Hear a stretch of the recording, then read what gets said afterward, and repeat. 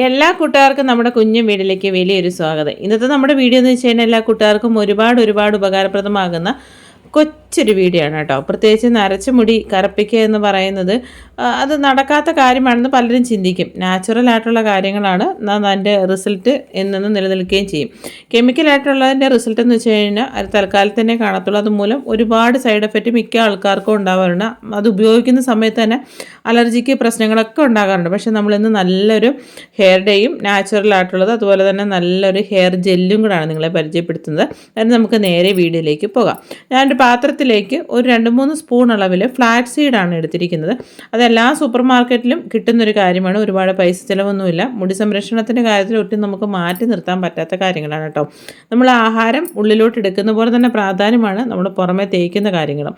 അതായത് നമ്മുടെ അടുക്കളയിലുള്ള കുറഞ്ഞ ചേരുവകളാണ്. ഫ്ലാക്സ് സീഡ് നമുക്ക് എല്ലാ സൂപ്പർ മാർക്കറ്റിലും കിട്ടുമെന്ന് പറഞ്ഞല്ലോ.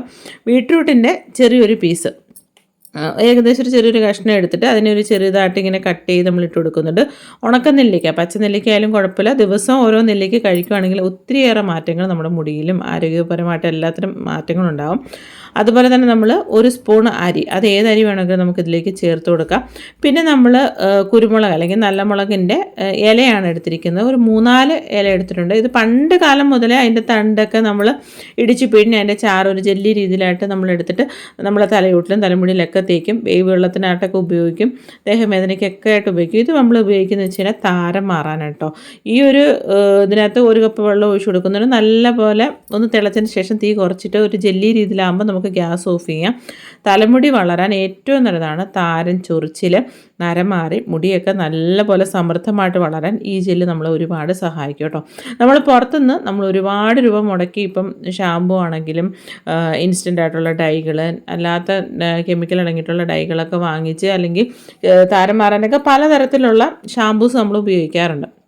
അതിലൊന്നും നമുക്ക് തൽക്കാലത്തിനുള്ള ഫലമേ കാണത്തുള്ളൂ. ഈ ഒരു കാര്യം നമ്മൾ ചെയ്യുകയാണെങ്കിൽ നമ്മൾ ആഴ്ചയിൽ 1-2 തവണ ഇതുപോലുള്ള ജെല്ലുകളൊക്കെ നമ്മൾ തലയോട്ടിലും തലമുടിയിലൊക്കെ ഉപയോഗിക്കണമെങ്കിൽ നല്ല മാറ്റം ഉണ്ടാകും.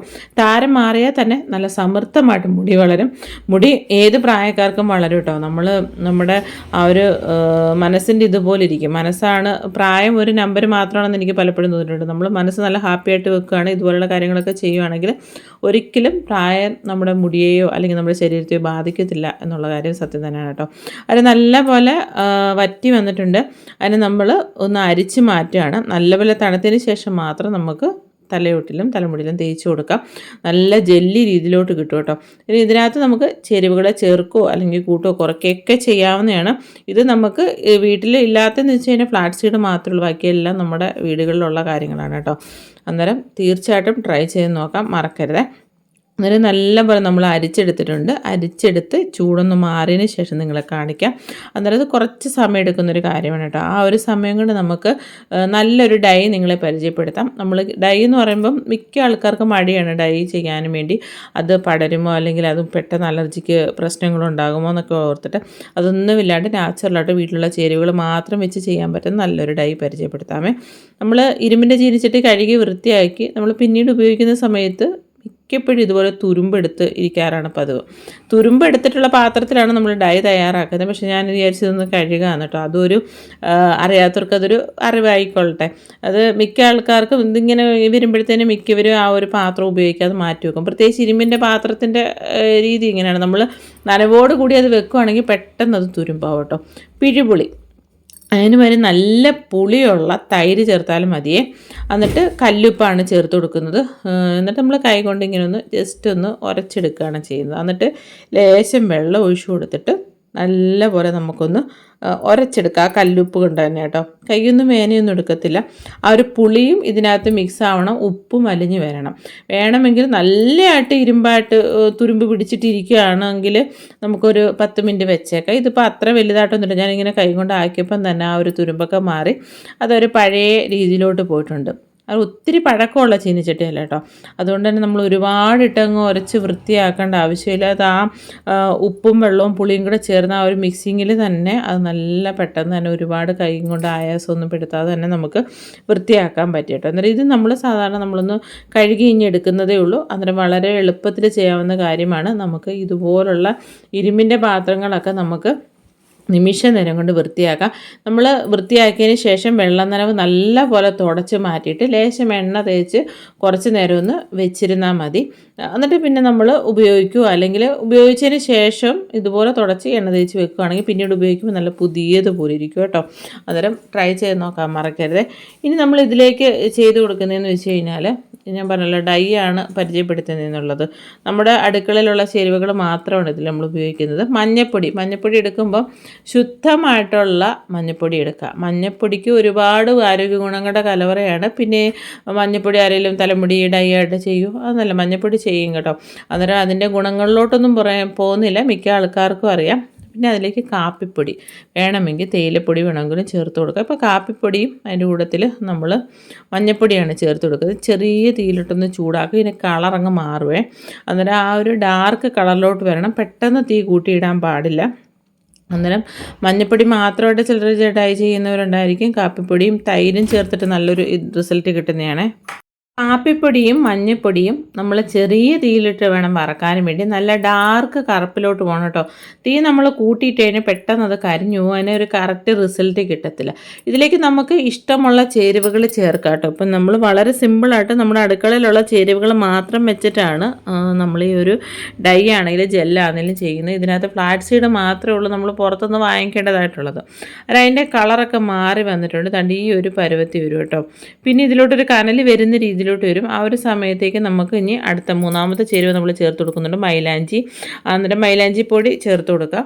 അന്നേരം അത് ഇലയായിട്ടുണ്ടെങ്കിൽ നമ്മൾ മുമ്പേ തയ്യാറാക്കി ജെല്ലിനകത്ത് ചേർത്ത് കൊടുക്കാവുന്നതാണ്. അതുകൊണ്ട് നല്ല പോലെ അത് വറന്നുകൊണ്ട്, ഞാൻ പറഞ്ഞില്ല ചെറിയൊരു കനൽ വരുന്നുണ്ടെന്നുള്ളത്.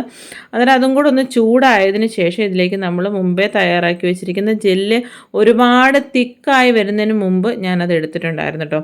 അന്നേരം അതും കൂടി ഇതിലേക്ക് നമ്മൾ ഒഴിച്ചു കൊടുത്തിട്ട് ഗ്യാസ് ഓഫ് ചെയ്യാം.